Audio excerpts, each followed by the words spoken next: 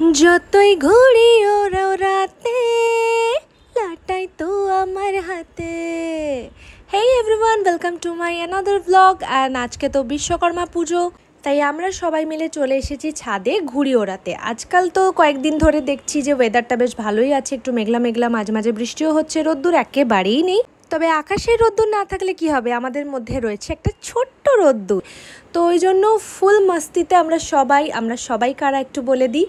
আমি এবং অপূর্ব এবং আমাদের উল্টো দিকের ফ্ল্যাটে যারা আছে, খুব সুন্দর একটা ফ্যামিলি। আর একটা পুচকু বাচ্চা আছে, ক্লাস 1-এ পড়ে। এত ছটপটে, এত প্রাণবন্ত যে ও থাকার জন্য যেন আমাদের বিশ্বকর্মা পুজোটা আরও বেশি রঙিন হয়ে গেল।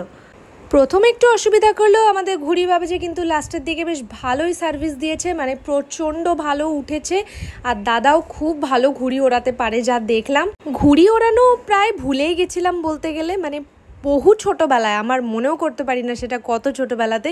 তখন বিশ্বকর্মা পুজোর দিনকে স্কুল ছুটি থাকতো এবং আমি আর আমার মামা ছাদে গিয়ে ওয়েট করতাম যে কোন ঘুড়িটা কেটে এসে পড়বে। আর আমাদের বাগানে ছিল অনেক বড় বড় নারকোল গাছ, তো নারকোল গাছে ঘুড়িগুলো খুব সুন্দর ফেসে যেত। আর আমরা কোনো রকম একটা ছোট বা বড় যা হোক একটা লাঠি নিয়ে খুঁচিয়ে ওই ঘুড়িটা বার করতাম। কত কটা ঘুড়ি আমরা গ্যাদার করতে পারি, এটাই ছিল আমার ছোটোবেলাকার বিশ্বকর্মা পুজোর একটা ড্রিম। আর মামার ছোটোবেলার গল্প যেটুকুনি দিদা দাদুর মুখে শুনেছি যে মামাও ভীষণ ভালো ঘুড়ি ওড়াতো। ইভেন ঘুড়ি ওড়াতে গিয়ে একবার পায়ে এমন কেটে গেছিল, সেই দাগ এখনও আছে।